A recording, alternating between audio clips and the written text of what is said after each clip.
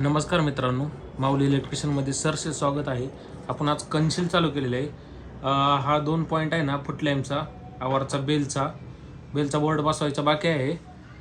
हा मधला हॉलचा, हा पूर्ण हॉल आहे. ते खाल्ला टीव्हीचा पॉईंट आहे.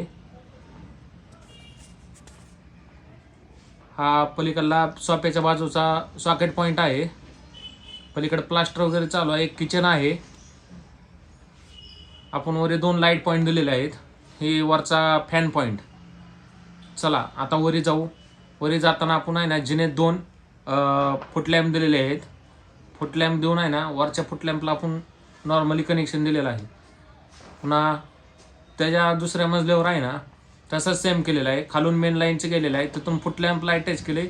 वरच्या फुटलॅम्पहून दुसऱ्या फुटलॅम्पला, तिथून बेलला अटॅच केलं. बेलमधून मेन हॉलच्या बोर्डाला अटॅच केलं आपण. चला दाखवतो. परत हॉलच्या बोर्डला अटॅच केलं 2 मॉडेलमधून. परत मेन लाईन आली.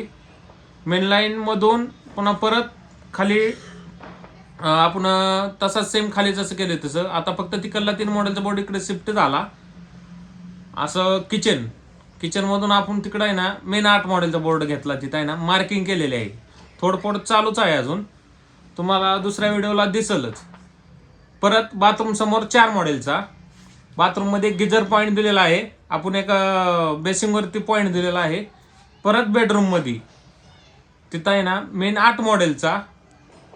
पलीकडे तिथं मटेरियल ठेवलं त्याच्यामुळे करता आलं नाही. तिथं आपण बेडच्या साईडला एक आहे ना, 3 मॉडेलचा पॉईंट दिलेला आहे. धन्यवाद.